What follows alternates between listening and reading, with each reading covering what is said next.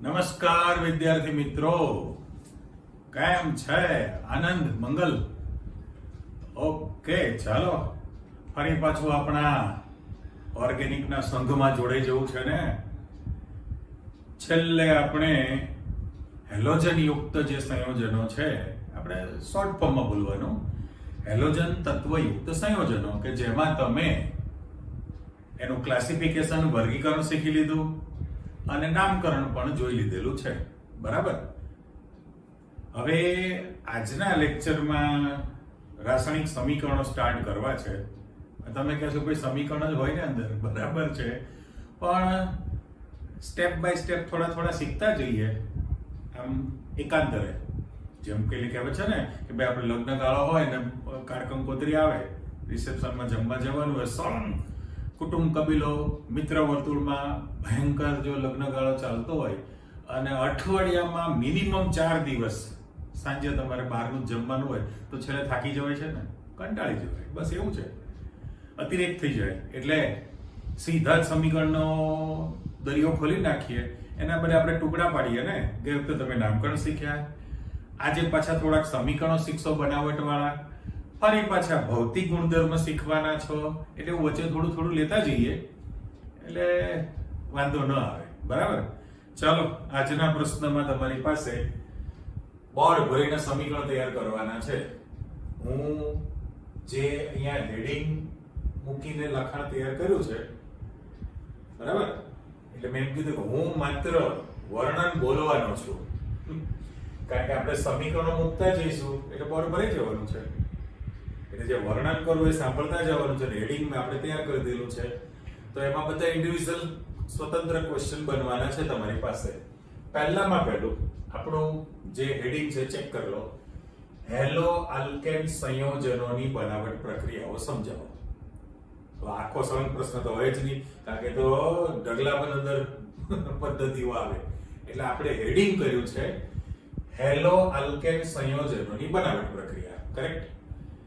આ શીખ્યા પછી આ જ કોપી થઈ જાય ને, માત્ર મારા શબ્દ કયો બદલવાનો છે? હેલો આલ્કેન શબ્દ છે, એની બદલે તમારી પાસે નવા ટોપિકમાં હેલો એરિન સંયોજનોની બનાવટ આવી જવાની. એટલે આપણું જે ચેપ્ટરનું નામ છે જોઈ લો, 10મું ચેપ્ટર હેલો આલ્કેન ને હેલો એરિન સંયોજનો છે. તો પહેલા બંનેની બનાવટ તો કરવાની છે ને, પ્રિપરેશન, પછી રાસાયણિક પ્રક્રિયાઓ આવવાની હોય. એટલે એમાં જે પહેલું હેડિંગ તમને આપેલું છે 1 નંબર, ચેક કરતા જાઓ કે આલ્કોહોલમાંથી તમારે હેલો આલ્કેન લાવવાનું છે. એટલે આલ્કેન નીચે હું અંડરલાઈન કરતો જઈશ, હેલો તો તમને ખબર જ છે. એટલે પહેલું જે લખેલું છે આલ્કોહોલમાંથી હેલો આલ્કેનની બનાવટ, બધું હેલો આલ્કેન જ છે, આલ્કાઇલ હેલાઇડ જ બનાવવાના છે, હેલો એરિન લાવવાના નથી. એ પછીના ક્વેશ્ચનમાં આવવાના. હવે એમાં તમારી પાસે વિભાગ પડી જશે, 3 વિભાગ છે. એમાં એ નંબર એટલે જે રાઉન્ડ કરીને ક્વેશ્ચન બની જ ગયો ને, એ તમારો સ્વતંત્ર પ્રશ્ન બને જ. જ્યાં જ્યાં તમારી પાસે આવતા જાય ક્વેશ્ચન ની નિશાની એ નંબર. એટલે પહેલું એ નંબર છે, ત્યાર પછી બી નંબર છે અને સી નંબર છે. તો તમારી પાસે 3 સ્વતંત્ર પૂછવા માટેના પ્રશ્નો બની ગયેલા છે. કરેક્ટ? એટલે હેલો આલ્કેનની જે બનાવટ છે એ 3 રીતે બનાવી શકાય. એમની મુખ્ય 3 રીત જુઓ. તો પહેલું આપણે કીધેલું છે કે આલ્કોહોલમાંથી હેલો આલ્કેન લાવવો છે. એના 3 પેટા વિભાગ છે, ઇન્ડિવિડ્યુઅલ ક્વેશ્ચન. પેલી બાજુ આપણો હેડિંગ તમે ચેક કરો. બીજો નંબરનો જે ક્રમ તમને આપેલો છે એ હાઇડ્રોકાર્બન સંયોજનોમાંથી તમારે હેલો આલ્કેનની જ બનાવટ કરવી છે. હાઇડ્રોકાર્બન સંયોજનોમાંથી આપણે હેલો આલ્કેન લાવવું છે. તમારે ના કહેવું પડે ને, હાઇડ્રોકાર્બન એટલે આલ્કેન, આલ્કીન, આલ્કાઇન, બધા હાઇડ્રોકાર્બન કહેવાય. અને એમાં પાછા 2 ક્વેશ્ચન બની ગયા છે. એટલે મારે અહીં હેડિંગ આપવાનું કે આલ્કેન સંયોજનોમાંથી તમારે લાવવાનું છે. અને બીજો જે પ્રકાર પડી જાય એ આલ્કીન સંયોજનોમાંથી તમારે લાવવાનું છે, હેલો આલ્કેન. એમાં પાછા 2 પેટા વિભાગ કરેલા છે અને એ હવે જોઈએ છે, ચાલો ને. અને ત્રીજો જે પ્રકાર તમને આપેલો છે 3 નંબર, એને આપણે જરા મૂકી દઈએ હેલોજન વિનિમય દ્વારા. એને હેલોજન એક્સચેન્જ કહેવાય ને, એક્સચેન્જ વિનિમય, ફેરબદલી, હેલોજન એક્સચેન્જ પ્રોસેસ. અને એમાંના તમારા બંને એસક્યુ પેપરમાં હોય જ પહેલું ફિંકલસ્ટેઇન, બરાબર, સ્પેલિંગ એનો હોય છે ફિંકલસ્ટેઇન પ્રક્રિયા, એ તમારો અલગ એસક્યુ બને છે પ્રશ્ન.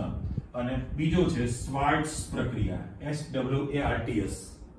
ઘણી જગ્યાએ શું સ્વાર્ટ્ઝ જબલાનો જ પણ લગે, પણ સ્પેલિંગ જો SWARTS સ્વાર્ટ્સ છે, એ પણ તમારી પાસે અલગ એસક્યુ બનવાનો છે.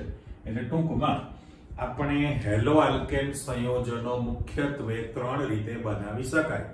પહેલું આલ્કોહોલમાંથી લાવવાનું છે, બીજું હાઇડ્રોકાર્બનમાંથી લાવવાનું છે, અને ત્રીજું હેલોજનના વિનિમય દ્વારા, હેલોજન એક્સચેન્જ ની પ્રોસેસ દ્વારા તમે લાવી શકો. કરેક્ટ?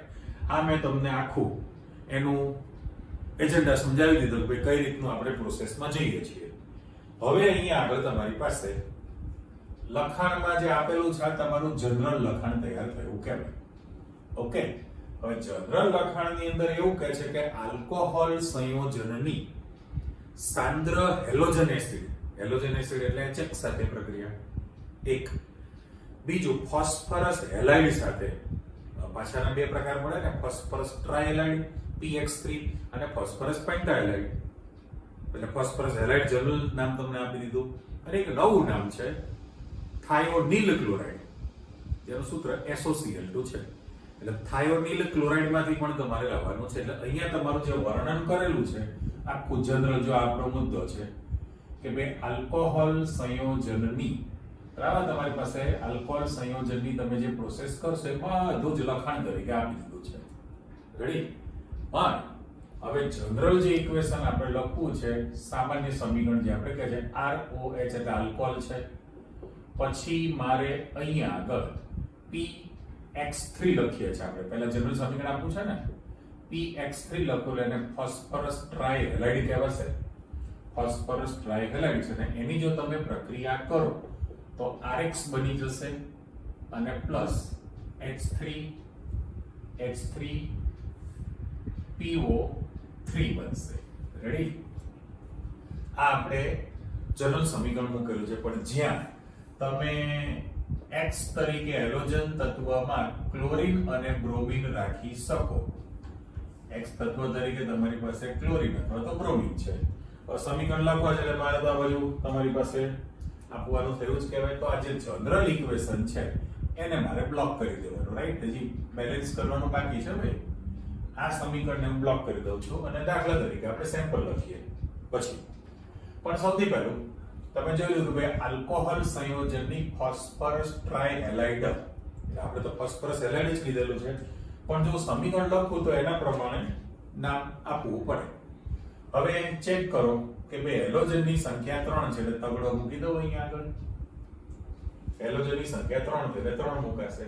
તો R ની કિંમત 3 થી એટલે મારે અહીંયા તગડો મૂકવાનો થશે. તો તમારી પાસે જો આને સેજ આડી લાઈન કરું છું, હવે 3 ઓક્સિજન, 3 હાઇડ્રોજન અને 1 ફોસ્ફરસ બાકી વધ્યો. ફરીથી 3 ઓક્સિજન, 3 હાઇડ્રોજન અને 1 ફોસ્ફરસ છે, તમે જોઈન્ટ કરી દો તો H3PO3 ફોસ્ફરસ એસિડ બનવાનો. આ જનરલ સમીકરણ થઈ ગયું. તો પછી દાખલા તરીકે આપણે સેમ્પલ લખવું છે કે માની લો કે CH3CH2OH, હું જે સમીકરણ હશે એમાં હું નામ આપીશ. ચાલો, ઇથેનોલ છે, એની PCl3, તો અત્યારે મારે નામ લખવું પડે કે ભાઈ એનું નામ પડશે ફોસ્ફરસ ટ્રાયક્લોરાઇડ. કરેક્ટ? ફોસ્ફરસ ટ્રાયક્લોરાઇડ છે અને એની તમે પ્રક્રિયા કરશો તો તમારી પાસે અહીંયા આગળ સૌથી પહેલું CH3CH2Cl કરી દો અને H3PO3 છે. અહીંયા આપણે નામ આપી દઈશું ને ફોસ્ફરસ એસિડ છે, અને આને ઇથેનોલ છે તો તમે ક્લોરોઇથેન લખવાના છો, અથવા ઇથાઇલ ક્લોરાઇડ પણ કહી શકાય ને, ક્લોરોઇથેન અથવા ઇથાઇલ ક્લોરાઇડ છે. ચાલો બેલેન્સ કરો તો ક્લોરીનની સંખ્યા 3 છે એટલે એક તગડો મારે મૂકવો પડે. તો CH3CH2 ની સંખ્યા 3 થઈ એટલે મારે તગડો મૂકવો પડે. તમારી પાસે 3 ઓક્સિજન, 3 હાઇડ્રોજન ને 1 ફોસ્ફરસ છે, જેને જોઈન્ટ કરી દીધું એટલે ફોસ્ફરસ એસિડ બને.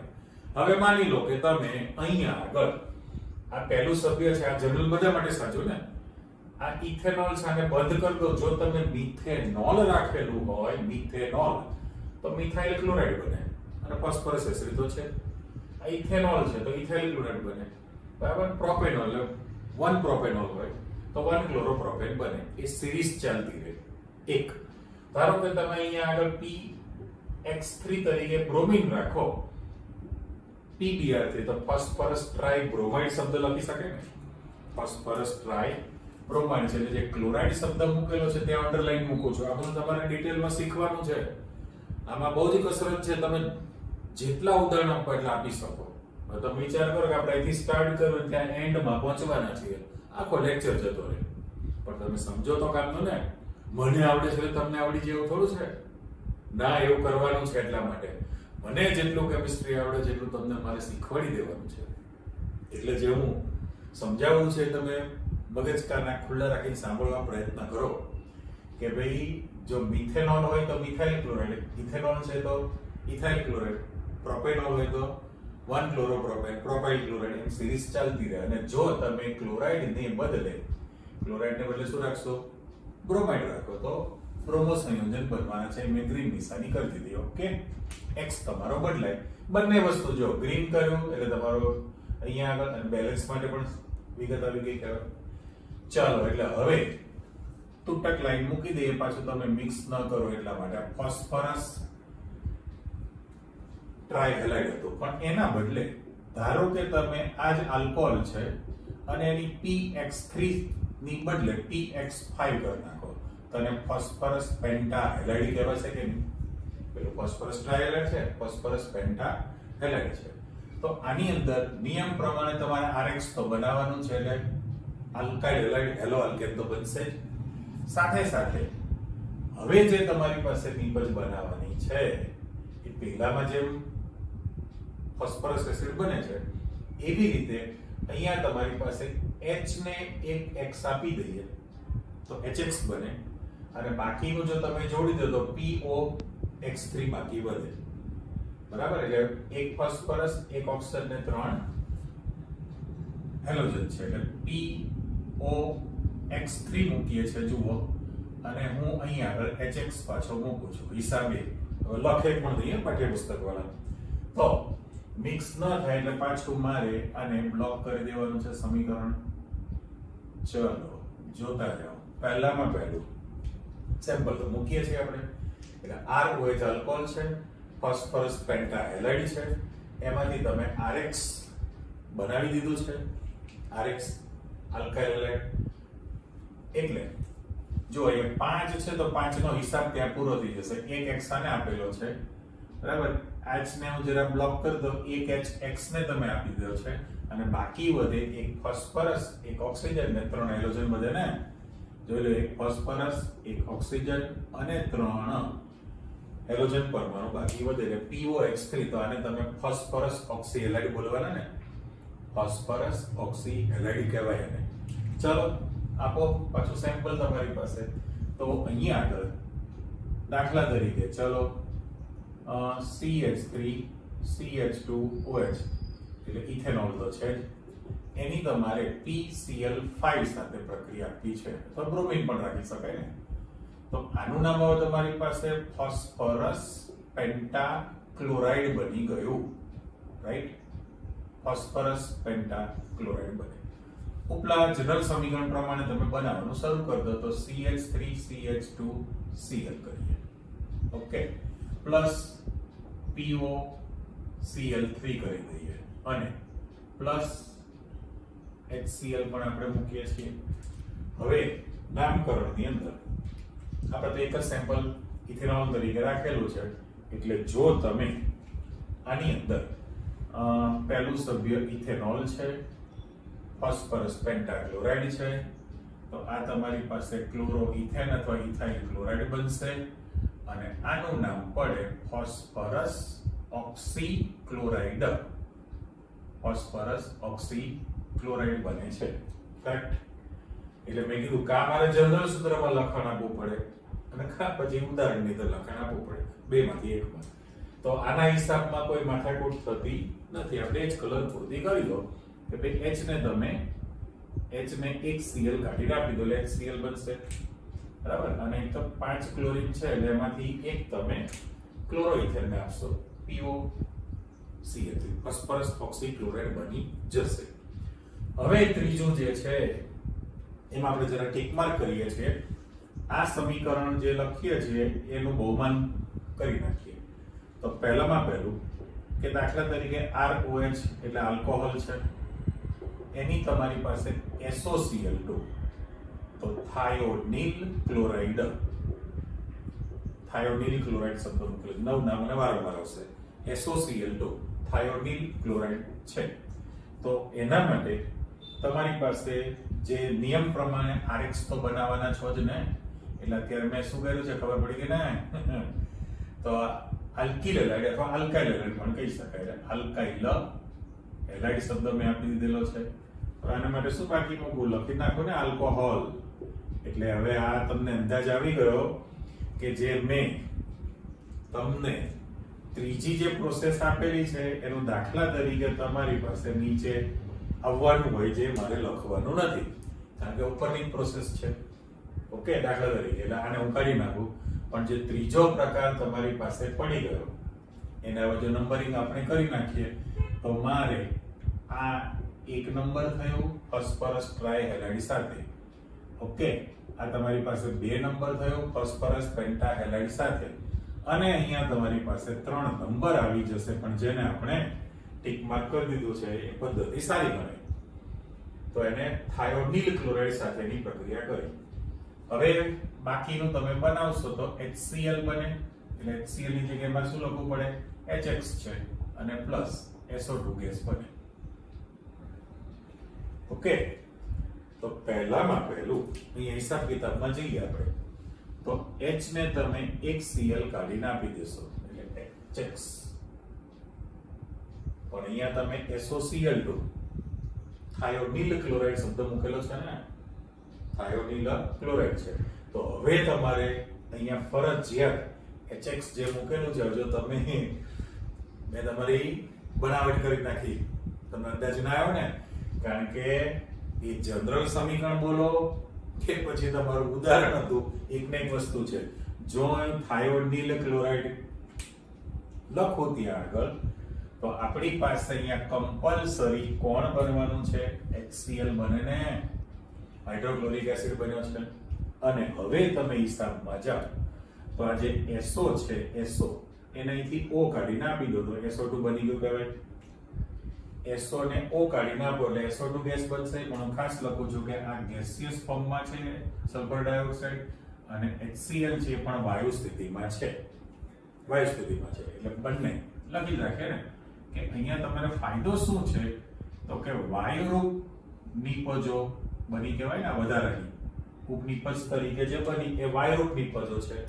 એટલે પરિસ્થિતિ કેવી થાય કે એને તમે વાયુ સ્થિતિમાંથી દૂર કરી શકો તો શુદ્ધ સ્થિતિમાં આલ્કાઇલ હેલાઇડ બની જવાનો છે.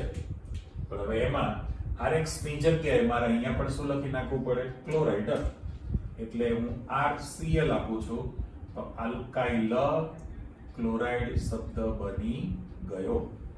આલ્કાઇલ ક્લોરાઇડ છે. તમારું જનરલ જે સમીકરણ હતું એ જ તમારું ઉદાહરણ બની ગયેલું કહેવાય. ચેક કરો, આલ્કોહોલ છે, થાયોનિલ ક્લોરાઇડ છે, એમાંથી તમે RX બનાવવાના છો એટલે RCl આલ્કાઇલ ક્લોરાઇડ જ બન્યું છે.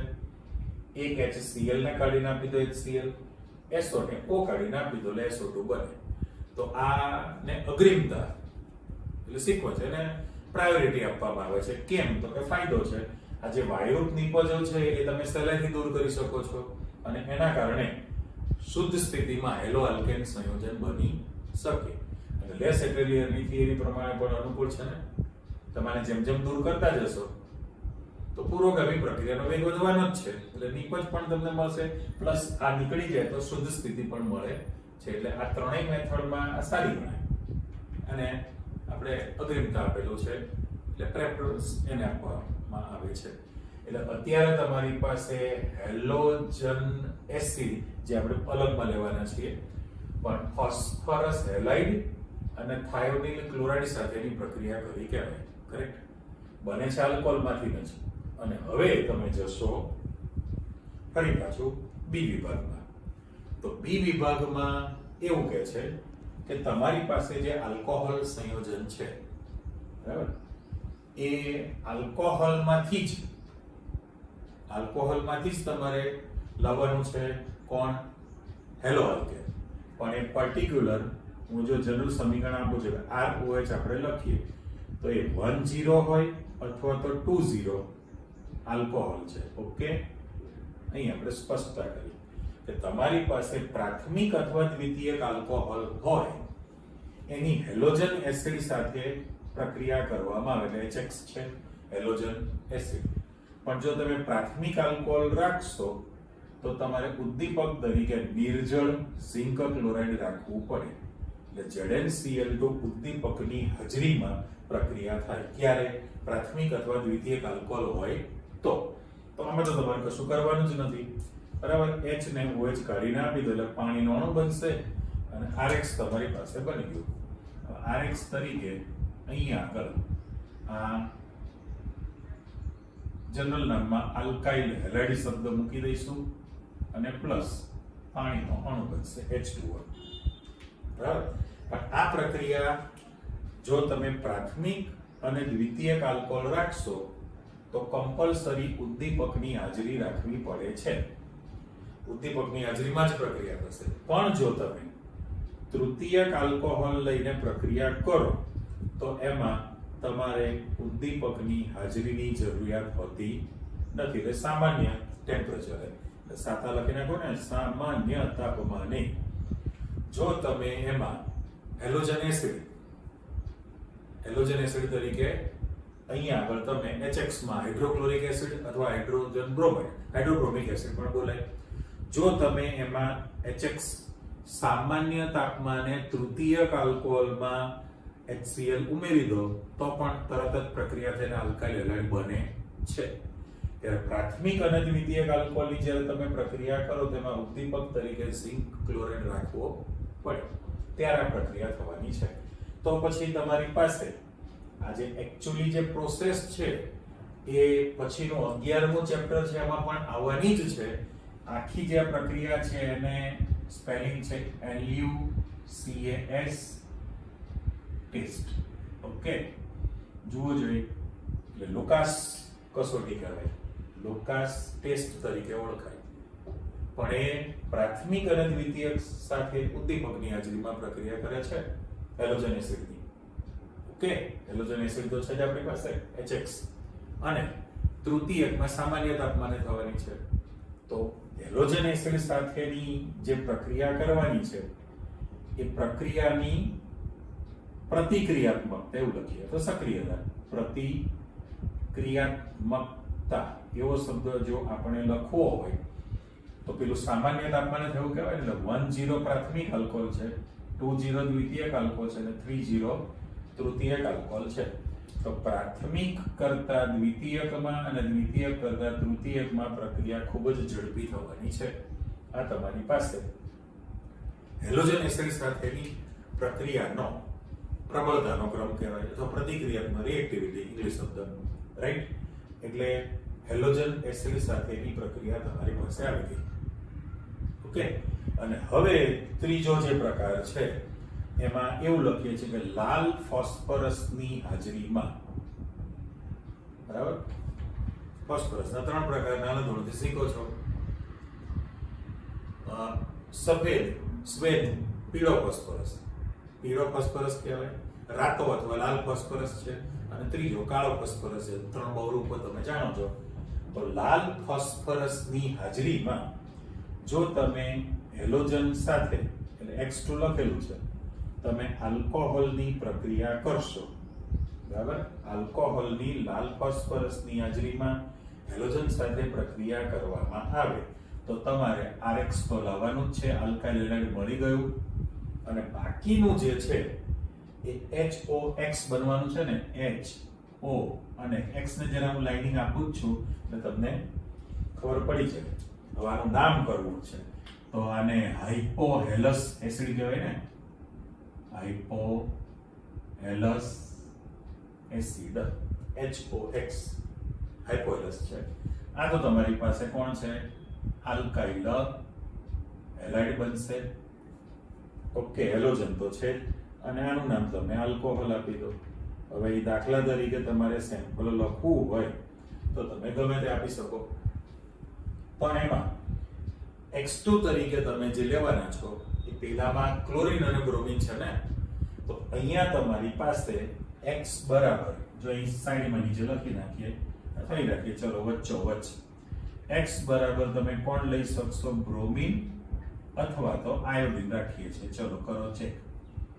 હવે માની લો કે દાખલા તરીકે તમારી પાસે અહીં સમીકરણ આપેલું છે, તો સૌથી પહેલું કેવું બને કે આલ્કોહોલ છે, તમે Br2 રાખશો, ઇથેનોલ હોય અને Br2 રાખો તો બ્રોમો ઇથેન બને અને HOBr હાઇપોબ્રોમસ એસિડ કહેવાય, હાઇપોબ્રોમસ એસિડ.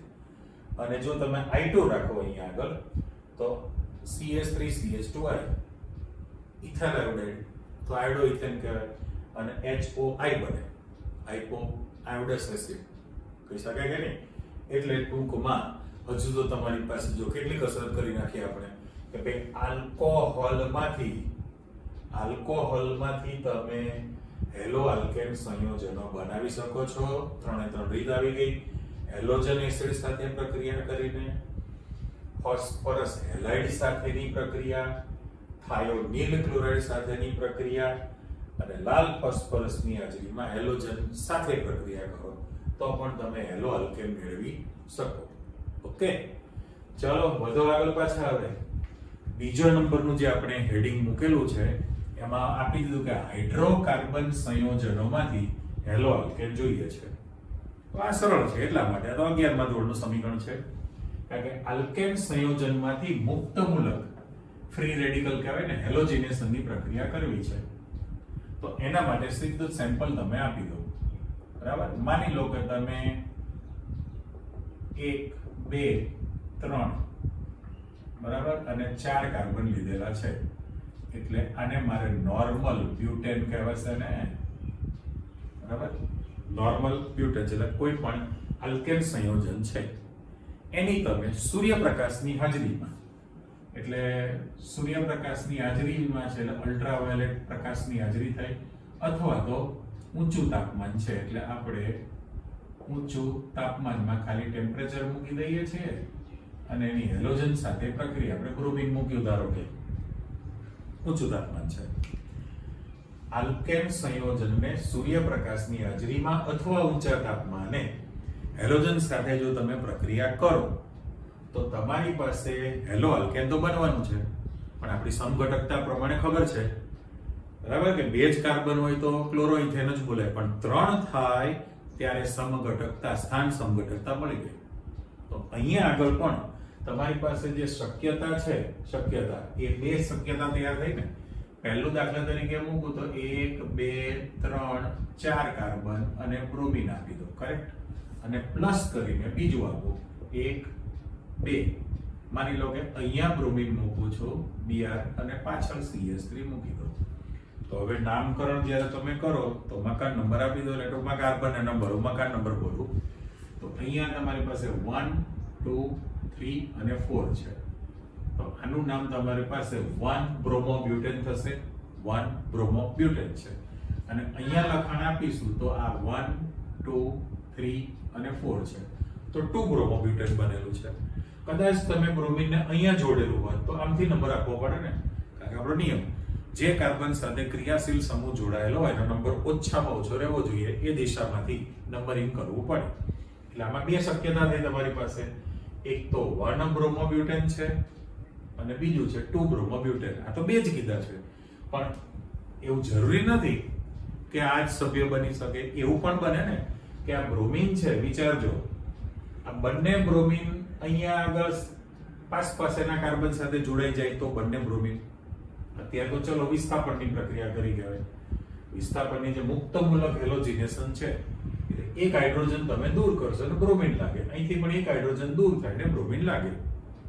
બરાબર, સિંગલ બ્રોમિનનો પરમાણુ છે HBr. પણ એવું કોણે કીધું કે એવું બની શકે? એવું ના બની શકે કે આ બંને કાર્બનમાંથી એક હાઇડ્રોજન દૂર થઈ જાય તો ત્યાં બંને બ્રોમિન લાગી શકે. તો જેમિનલ શું કહેવાય, વિસિનલ, પાસેના કાર્બન સાથે ભૂલી ના જાઓ. અને ધારો કે અહીંથી 2 હાઇડ્રોજન દૂર કરી નાખે તો તો જેમિનલ બને. એટલે એક કરતા વધુ હેલોજન પણ જોડાઈ શકે, એટલે પોલી હેલોજન સંયોજનો પણ બને. એટલે મોનો સંયોજન તો છે જ, એક કરતા વધુ હેલોજન લાગે તો પોલી હેલોજન પણ છે. એટલે જટિલ સંયોજનોનું મિશ્રણ થયું એટલે એને અલગ પાડવા પાછા મુશ્કેલ હોય. પણ આ મુક્ત મૂલક હેલોજિનેશનની ઘટના તૈયાર થઈ કહેવાય. કરેક્ટ. ચલો પછીનું આલ્કીન સંયોજનમાંથી, અને એમાં તમારી પાસે હાઇડ્રોજન હેલાઇડનું ઉમેરણ છે એટલે HX સાથેની જ પ્રક્રિયા થઈ, અને ખાલી હેલોજનનું ઉમેરણ છે એટલે હેલોજન સાથેની પ્રક્રિયા થઈ. બરાબર. હવે આલ્કીન છે એટલે દ્વિબંધ છે, યોગશીલ પ્રક્રિયા થાય. બરાબર ને, ભૂલી ના જાઓ. આલ્કેન ચારે ચાર સંયોજકતા પેક છે, C' સિંગલ બોન્ડ સિગ્મા જ છે. આલ્કેન હંમેશા વિસ્થાપનની જ પ્રક્રિયા આપે, એ જિંદગીમાં યોગશીલ પ્રક્રિયા આપતો નથી. તો એનાથી વિરુદ્ધ છે. આલ્કીન અને આલ્કાઇનમાં દ્વિબંધ ત્રિબંધ છે, પાઈ બંધ નિર્બંધ તૂટી જાય અને પ્રક્રિયકનો અણુ જોડાઈ શકે છે. આલ્કીન અને આલ્કાઇન હંમેશા યોગશીલ પ્રક્રિયા જ તમને આપે. સમજો, એ કોઈ દિવસ વિસ્થાપન ના આપે, સામસામી છે. એટલે હાઇડ્રોજન હેલાઇડનું જે ઉમેરણ છે HX સાથેની પ્રક્રિયા થઈ કહેવાય. તો આપણે જનરલ સમીકરણ એવું લખવું હોય કે માની લો કે આ આલ્કીન તરીકે આ C ડબલ બોન્ડ C, અને એની તમે HX સાથે પ્રક્રિયા કરવાના છો. ઓકે, આપણે બંને સાથે મૂકેલું છે એટલે તમે મિક્સ ન કરો એટલા માટે હું જરા વચ્ચે ગ્રીન પેનથી લાઇનિંગ આપી દઉં છું. ઓકે, હેલોજનનું ઉમેરણ તો સિમ્પલ જ થઈ ગયું, તમારી પાસે સીધું હેલોજન જ છે. બરાબર. પહેલા એક ક્લિયર કરો ને. હવે બે જ કાર્બન હશે તો કોઈ પ્રશ્ન નડતો નથી, પણ બે કરતા વધુ કાર્બન હોય ત્યારે તમારી પાસે કયા ભાઈ છે? માર્કોવ નિકોવ. એ શબ્દ મૂકી દઈએ છીએ, માર્કોવ નિકોવ ના સિદ્ધાંત અનુસાર તમારી પાસે અંદર ગોઠવણી તૈયાર થવાની છે. અત્યારે પહેલા તમારી પાસે આલ્કીન છે, હેલોજન હેલાઇડ એટલે હેલોજન એસિડ છે, પાઈ પ્રકારનો બંધ તૂટી જશે એટલે તમારી પાસે અહીંયા આગળ એક પાઈ બંધ તૂટી જવાનો છે. તો સંયોજકતા માટે આ બે હતી એમનેમ કરી દઉં છું, અને હવે બે કલર અલગ અલગ મૂકીએ છીએ. માની લો કે તમે આની સાથે H જોડશો અને આની સાથે X જોડવાના છો, તો સંયોજકતા તો તમારી થઈ ગઈ ને. સંયોજકતા જે છે એ 4 પૂર્ણ થઈ ગઈ. ગણી લો 1 2 3 4, 1 2 3 4. પણ આપણે કલર ઉલટા સુલટી મૂકી કે ભાઈ આ X હેલોજન છે અને H છે, ને આપણે ગોળ વિન્ડો મૂકી દીધું એટલે પાઈ પ્રકારનો બંધ તૂટી જાય, યોગશીલ પ્રક્રિયા થઈ છે અને આગળ ના બને. બે જ કાર્બન હોય, સમમિત આલ્કીન બોલીએ ને કે ભાઈ બંને કાર્બન સાથે બબ્બે હાઇડ્રોજન છે. સમમિત આલ્કીનની જો તમે પ્રક્રિયા કરો તો અહીંયા આગળ હેલો આલ્કેન બને છે, Cl હોત તો ક્લોરોઇથેન, ઇથાઇલ ક્લોરાઇડ. એમાં 1 ક્લોરો લખતા નથી. પણ પ્રશ્ન તમારે ક્યારે આવે કે જ્યારે તમે 3 કાર્બન વાળું સભ્ય લો છો. જો આ સેમ્પલ ખાસ 1 2 અને 3 કાર્બન, તો તમારી પાસે પ્રોપીન છે અને પ્રોપીનની ધારો કે તમે HBr સાથે પ્રક્રિયા કરો તો હવે માર્કોવ-નિકોવનો નિયમ જે છે 11મા ધોરણનો, એને આપણે એકવાર બોલી લેવું પડે. 1 2 3. તો પહેલામાં પહેલું આ અસંમિત આલ્કીન થયો કહેવાય. કેમ? તો કે ઉપર ચર્ચા કરી કે દ્વિબંધ ધરાવતા બંને કાર્બન સાથે સમાન હાઇડ્રોજન હતા, ત્યારે દ્વિબંધ ધરાવતા પહેલા બીજા કાર્બન સાથે જુદા જુદા હાઇડ્રોજન છે એટલે અસમમિત થયો કે ને. અસંમિત આલ્કીન સંયોજનની જ્યારે અસમ પ્રક્રિયક સાથે પ્રક્રિયા કરવામાં આવે ત્યારે તેમાં ઓછા હાઇડ્રોજન પરમાણુ ધરાવતા કાર્બન સાથે, તો આ તો ભાગ લેવાનો છે જ નહીં. વાત આવી પહેલો ને બીજો, તો તમારી પાસે ખબર પડી કે બીજા નંબરના કાર્બન સાથે એક જ હાઇડ્રોજન છે અને પહેલા નંબરના કાર્બન સાથે 2 હાઇડ્રોજન છે. તો ઓછા હાઇડ્રોજન પરમાણુ ધરાવતા કાર્બન સાથે ઊંચી વિદ્યુતઋણતા ધરાવતો ઘટક જોડાવાનો છે. એટલે અહીંયા પહેલા સમીકરણ જો તમે પૂર્ણ કરી દો તો તમારી જે નિપજ બનશે એ કેવી બનવાની? CH3 CH, નીચે Br બને અને આ CH3 બને. બરાબર છે.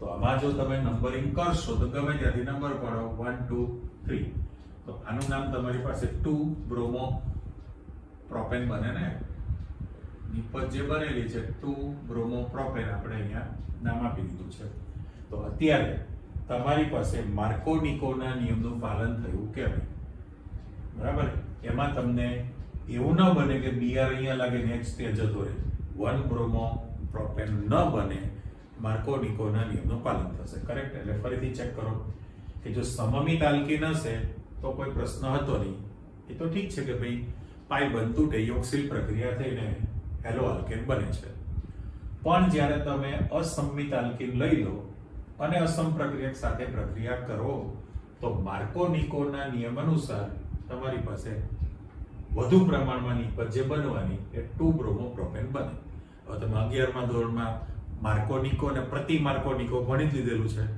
તો વધુ જથ્થો આ બનવાનો છે અને 1 બ્રોમો પ્રોપેનનો અલ્પ માત્રામાં બને એટલે મેજોરિટી આ છે નિયમનું પાલન થયું કહેવાય કરેક્ટ ઓકે એના પછીનું તમે જુઓ તો હેલોજનનું ઉમેરણ તમારે હેલોજનને અંદર દાખલ કરવો છે કશું છે જ નહીં એમાં આની જ ઘટના કે તમે જ્યારે પ્રોસેસ કરશો જનરલ સૂત્ર આપણે આપી દો કે ભાઈ alkene C double bond C છે એની તમે X2 સાથે પ્રક્રિયા કરશો બરાબર હેલોજન સાથે પણ એમાં સેમ્પલ તરીકે જે આપેલું છે ઇથિનનું ઉદાહરણ લેવાનું છે આપણે બરાબર જો તમે આની પ્રોસેસ કરો તો સીધી સટ વસ્તુ છે કે પાઈ પ્રકારનો બંધ તૂટી જશે અને બંને હેલોજનના પરમાણુ જોડાઈ જશે એટલે ઉપરની ચર્ચા પ્રમાણે જો આ સંયોજકતા કાર્બનની અને મારે X2 છે એટલે આની સાથે એક X જોડવાનો થશે અને એક X ને આની સાથે જોડવાનો થાય રાઈટ આ જનરલ સમીકરણ બની ગયું તમારું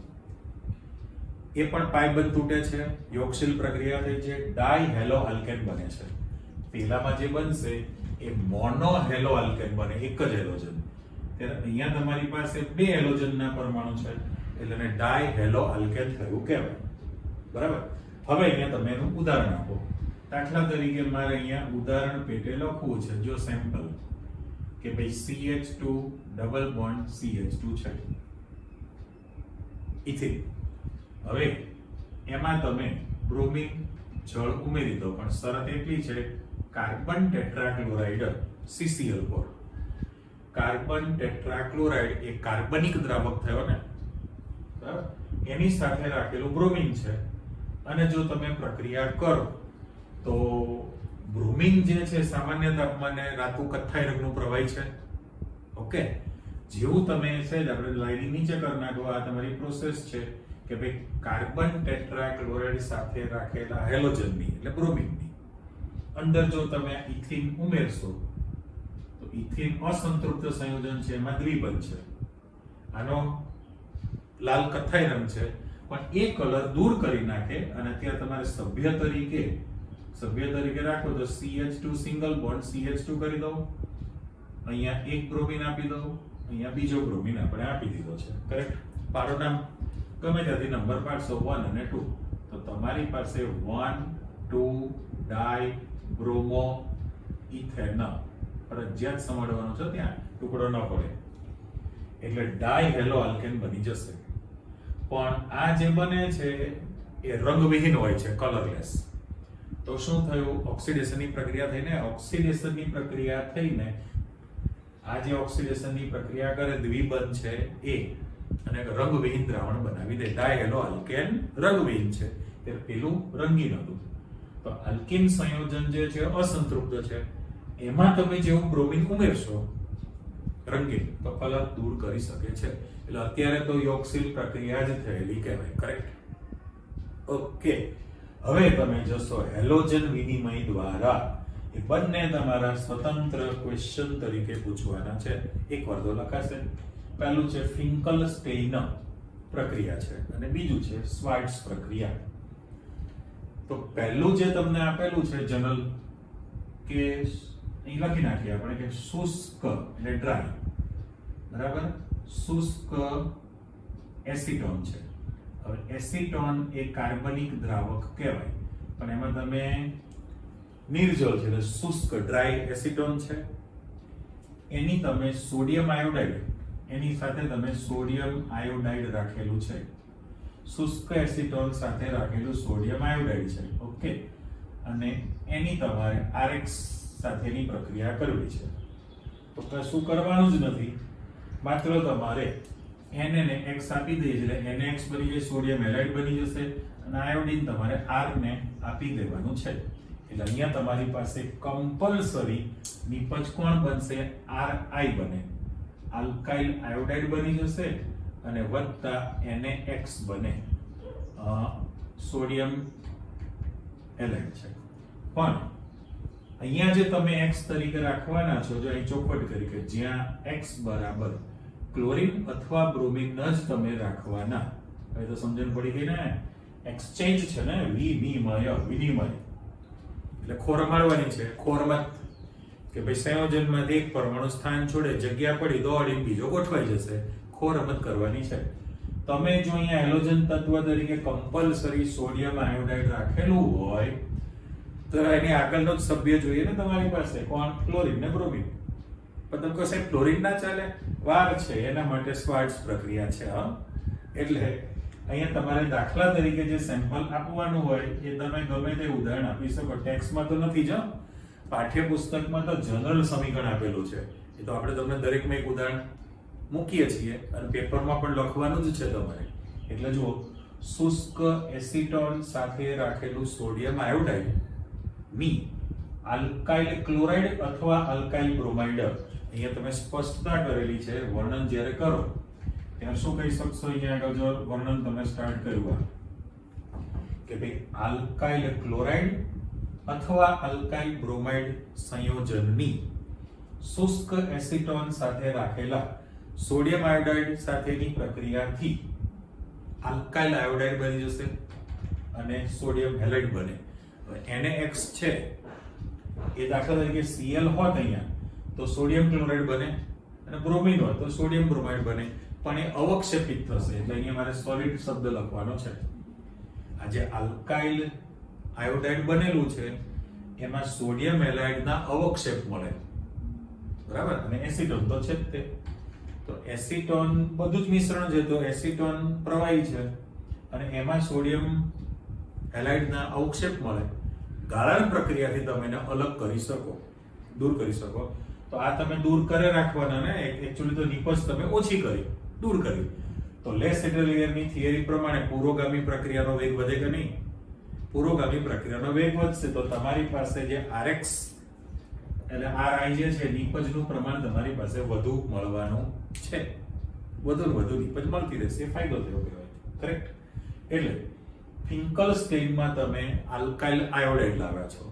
હવે તમને એમ થાય કે ભાઈ આ બધા પ્રશ્નો જે લીધા ગયા એમાં ક્લોરીન ને બ્રોમિન બહુ બધો, તમે આયોડિન ને લીધું છે, ફ્લોરિન તો કોઈ બોલાવતું જ નથી. કેમ? તો કે ફ્લોરિનનું કદ સૌથી નાનું છે, વિદ્યુતઋણતા ઊંચી છે, સક્રિયતા વધુ છે, એટલે આવી કોઈ પ્રક્રિયા ફ્લોરિન સાથે ન આપે. બરાબર? તો પછી ફ્લોરાઇડ લાવવા તો છે જ, તો એના માટે શું કરો તમે? એટલે તમને નામ આપેલું છે કે જે તમે ફિંકલસ્ટેઇન કરી છે એવી રીતે અહીંયા સ્વાર્ટ્ઝ પ્રક્રિયાની માહિતી લેવી છે. તો એમાં શબ્દ તરીકે કોને રાખવા છે? તો SQ તરીકે પૂછે. દાખલા તરીકે AgF છે, Ag+F-1 છે. ઓકે, Hg2F2 રાખવું તો અત્યારે Hg ની બે સંયોજકતા +1 ને +2 હોય, બંને બગડા કાઢી નાખો, F-1 છે તો Hg+1 તેવું કહેવાય. એ જ રીતે COF2 રાખીએ તો કોબાલ્ટ +2 તરીકે છે. SbF3 તરીકે રાખો, અથવા SbF5 પણ હોઈ શકે ને, SbF3 પણ રાખી શકાય. તો Sb+3 તરીકે છે, અને Sb ઓપ્શન આપી દઉં, SbF5 રાખો તો એ પેન્ટા બન્યું કહેવાય ને. ટૂંકમાં અત્યારે જે તમે સભ્યો લખેલા છે એ બધા જ ધાત્વિક ફ્લોરાઇડ તૈયાર થયા ને. આ જે સભ્યો લખેલા છે એના માટે આપણે શબ્દ લખી નાખીએ ભાઈ ધાતુનો ફ્લોરાઇડ, એટલે ધાત્વિય અથવા ધાત્વિક ફ્લોરાઇડ સંયોજન છે. એની તમારે આલ્કાઇલ હેલાઇડ સાથેની પ્રક્રિયા કરવાની છે, તો વિસ્થાપનની પ્રક્રિયા થાય. પાછું સમીકરણ આપી દો જનરલ કે RX છે આલ્કાઇલ હેલાઇડ. હવે એમાં X તરીકે ક્લોરીન અથવા બ્રોમિન છે. ક્લોરીન અથવા તો બ્રોમિન તમે મૂકેલું છે અને આને તમે જનરલ સૂત્ર કોઈ પણ ધાતુનો હેલાઇડ છે. ધાતુનો હેલાઇડ છે એટલે આમાં મારે દાખલા તરીકે પહેલું જ નામ આપું કે AgF સાથે પ્રક્રિયા કરવી હોય તો તમે સભ્ય તરીકે અહીંયા Ag ને X આપી દો એટલે સિલ્વર હેલાઇડ બની જશે અને F છે R ને ગોઠવી દેવાય તો તમારી પાસે RF આલ્કાઇલ ફ્લોરાઇડ બની ગયું ને. આજે બનશે, ચલો એકવાર નામ આપી દો આલ્કાઇલ ફ્લોરાઇડ. કરેક્ટ. ડેન્ડ્રફ વાળો પદ છે ભાઈ, ડેન્ડ્રફ વાળો. અને પ્લસ તમારી પાસે AgX એ સિલ્વર હેલાઇડના અવક્ષેપ તૈયાર થયા કહેવાય. એટલે બંને જે પ્રક્રિયા તમારી પાસે મૂકેલી છે વચ્ચે તૂટક લાઈન મૂકી દો એ હેલોજનનું વિનિમય તૈયાર થયું કહેવાય. કેમ તો કે સંયોજનમાંથી હેલોજન તત્વનું વિસ્થાપન થયું અને બીજું તમે ગોઠવી દો છો, વિનિમય એક્સચેન્જ. બરાબર. પણ યાદ રાખજો કે ભાઈ તમારે ફિંકલસ્ટેઇનની પ્રક્રિયા કરો તો એમાં આલ્કાઇલ આયોડાઇડ બનશે. આલ્કાઇલ આયોડાઇડ બનવાનો અને શ્વાર્ટ્ઝ પ્રક્રિયા રાખો એટલે શ્વાર્ટ્ઝ પ્રક્રિયા કરશો તો તમે એમાં કોણ રાખવાનું છો? ધાતુવી ફ્લોરાઇડ છે, ધાતુનો ફ્લોરાઇડ છે. અને અહીંયા તમે જે આલ્કાઇલ હેલાઇડ રાખશો ક્લોરાઇડ અથવા બ્રોમાઇડ તો એમાં કમ્પલસરી આલ્કાઇલ ફ્લોરાઇડ સંયોજન જ બનવાનું છે. બરાબર. અને AgX સિલ્વર હેલાઇડના અવક્ષેપ તમને મળી જાય. AgCl બને, AgBr બને એ રીતે. એટલે ટૂંકમાં તમે આખા પ્રશ્નની અંદર જે કમ્પ્લીટ તૈયાર કર્યો છે, જો આખું ચિક્કાર બળ ભરાઈ ગયું ને, ઓર્ગેનિકમાં તો આવું રહેવાનું છે. મારે ઘણો સમીકરણ લખવાના થાય. બીજા ચેપ્ટરમાં કેવી શાંતિ હોય, મારે સરસ મજાની વાર્તા કરવાની. 1-2 વાર બોલું, 2 વાર વ્યાખ્યા બોલું, 3 વાર બોલું અને તમે જલસાથી સાંભળો, આ કાને સાંભળો ને પેલી બાજુ દૂર કરી નાખો. આમાં તો મારે ને તમારે બંનેને બરાબર એક્સરસાઇઝ કરવાની જ છે. અને ઓર્ગેનિકમાં પેલી વર્ષો પહેલા કઈ કંપની હતી મને યાદ નથી આવતું, રોટોમેક કે રેનોલ્ડ કંપનીની કંઈક બોલ પેન આવતી હતી અને મતલબ એવું જાહેરાતમાં એવું હતું, આમ લખે લિખતે લિખતે લવ હો જાય એવું હતું. પણ મેં એમાં સુધારો કર્યો છે, લિખતે લિખતે આવડી જાય. શું બોલું છું? લિખતે લિખતે આવડી જાય. લખવાનો મહાવરો પ્રયત્ન રાખશો તો જ યાદ રહે. મને શા માટે યાદ છે? તમે કેટલી વખતે આ સમીકરણો લખ્યા હશે બોર્ડ ઉપર, કાગળ ઉપર, એટલા માટે મને યાદ છે. બરાબર. તો ટૂંકમાં આખો ક્વેશ્ચન તમે પૂરો કર્યો કે જેમાં હેલો આલ્કેન સંયોજનોની બનાવટ હતી. મુખ્ય 3 આલ્કોહોલમાંથી, હાઇડ્રોકાર્બનમાંથી અને હેલોજનના વિનિમય દ્વારા. આ બધા અલગ અલગ જગ્યાએ તમારા પ્રશ્ન તરીકે આવે. પરિવર્તન પૂછે કન્વર્ઝન તો પણ તમને ખબર હોવી જોઈએ. ખ્યાલ આવી ગયો? એટલે આજની તારીખમાં આટલું કામ આપણું ઓકે છે. નેક્સ્ટ જે લેવાના છે એ બધા જ આપણા હેલાઇડના ભૌતિક ગુણધર્મો, એના બંધની માહિતી, એવી ચર્ચા કરવી છે. ફરી પાછું એરિનની બનાવટ પણ આવી જશે. હેલો એરિનની બનાવટ પણ આવવાની છે ને. પણ આટલું તૈયાર કરો, ફરી પાછા સમીકરણ સાથે ભેગા થઈ ગયા છીએ. ઓકે, આવજો, બાય.